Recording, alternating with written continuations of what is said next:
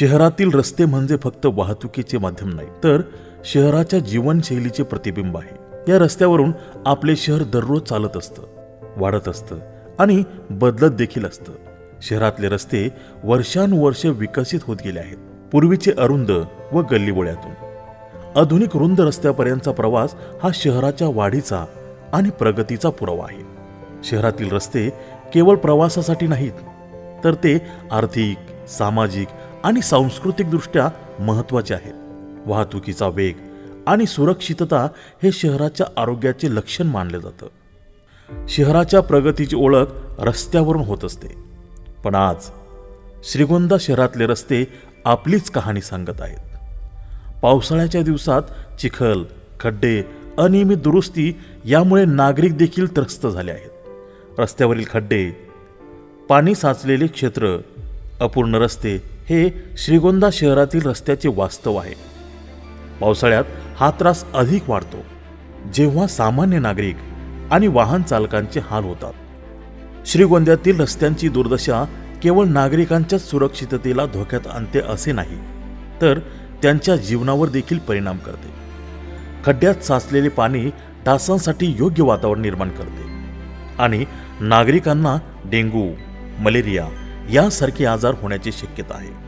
श्रीगोंद्यातील प्रसिद्ध दिल्ली गेट, जी एक ऐतिहासिक वास्तू आहे, ज्या वास्तूच्या बाहेरच्या बाजूला रस्त्यावर पाणी साचून राहते, तसंच त्याच ठिकाणी एक भला मोठा खड्डा देखील आहे.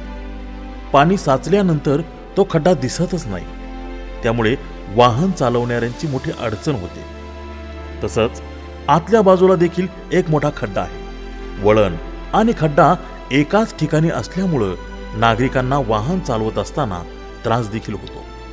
या खड्ड्यामुळे कित्येक वेळा अपघात देखील झालेले आहेत. तरी सुद्धा सत्ताधाऱ्यांचं याकडे लक्ष नाहीये असं वाटतंय.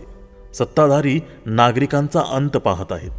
आता या ठिकाणी बघा, रुंदीला रस्ता खूप मोठा आहे, पण अर्ध्याहून अधिक रस्त्यावर पाणी साचलेले आहे.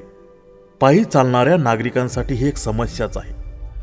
त्यात जर एखादी 4 चाकी बाजूने गेली तर पायी चालणाऱ्यांची आंघोळ झाल्याशिवाय राहणार नाही. या रस्त्याच्या अगदी बाजूलाच श्रीगोंद्याचे आमदार माननीय बबनराव पाचपुते यांचा बंगला आहे. त्यांचं रोज याच रस्त्यावरून येणं जाणं असावं. हे साचलेले पाणी रोज त्यांच्या नजरेत येत असणार, तरी देखील त्यांनी यासाठी काहीही केलेलं दिसत नाही. सत्ताधारी स्वतःच्या घरासमोरील रस्त्याची समस्या सोडू शकत नाही, तर सामान्य जनतेच्या वापरातल्या रस्त्यांची समस्या सत्ताधारी सोडवतील असं वाटत नाही. डिव्हायडर म्हणजे 2 दिशांमधील वाहतुकीची योग्य व्यवस्था आणि सुरक्षितता राखण्याचा आवश्यक घटक. पण श्रीगोंद्यामधील मुख्य रस्त्यावर डिव्हायडरच नाही. श्रीगोंद्यामध्ये कुठंही जायचं असल्यास याच रस्त्याचा वापर करावा लागतो. डिव्हायडर नसल्यामुळे लोक पाहिजे तिथून आपली गाडी वळवतात, त्यामुळे अपघात होण्याची शक्यता आहे. रस्ता करत असताना डिव्हायडरसाठी निधी मिळालेला असतो. निधी मिळून देखील या मुख्य रस्त्यावर डिव्हायडर का नाहीये हा प्रश्नच आहे. श्रीगोंद्यामध्ये काही रस्त्यावर डिव्हायडर केलेले आहेत, पण हे डिव्हायडर देखील नियोजन करून केलेले नाही. कंत्राटदाराने डिव्हायडरच्या मध्ये अनेक ठिकाणी मोकळ्या जागा सोडलेल्या आपल्याला दिसून येतात.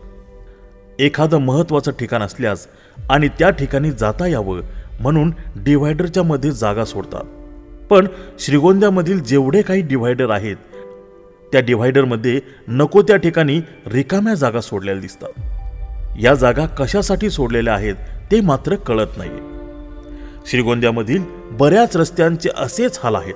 रस्त्यात खड्डा की खड्ड्यात रस्ता तेच कळत नाहीये. वृद्ध मंडळी, लहान मुलं, गर्भवती महिला यांच्यासाठी अशी रस्ते घातक आहेत. एकीकडे जनता टॅक्स भरते आणि दुसरीकडे या खड्ड्यांमुळे त्यांच्या गाड्यांचे वारंवार दुरुस्तीचे काम निघते. याचा भुर्दंड जनतेला सोसावा लागतो. सामान्य जनतेला फक्त आश्वासन मिळालेले आहे. विकासाच्या गोष्टी करून शहर कधी सुरक्षित होईल याची वाट पाहणं हेच नागरिकांचं नशीब झालं आहे. रस्त्यासाठी कोट्यवधी रुपयांचा निधी मिळालेला असतो, तरी सुद्धा श्रीगोंद्यामधील रस्त्यांची परिस्थिती अशी का आहे याचं उत्तर सत्ताधारी देतील का? एकाच व्यक्तीकडे 35 वर्ष आमदारकी आणि 13 ते 14 वर्ष राज्याचे मंत्रिपद असून देखील त्यांच्या मतदारसंघातील रस्त्याची ही अवस्था आहे. आजवरचे सत्ताधारी श्रीगोंद्याचा विकास करू शकलेले नाहीत. म्हणूनच विचार करा यंदा, बंद करूयात भ्रष्टाचाराचा धंदा.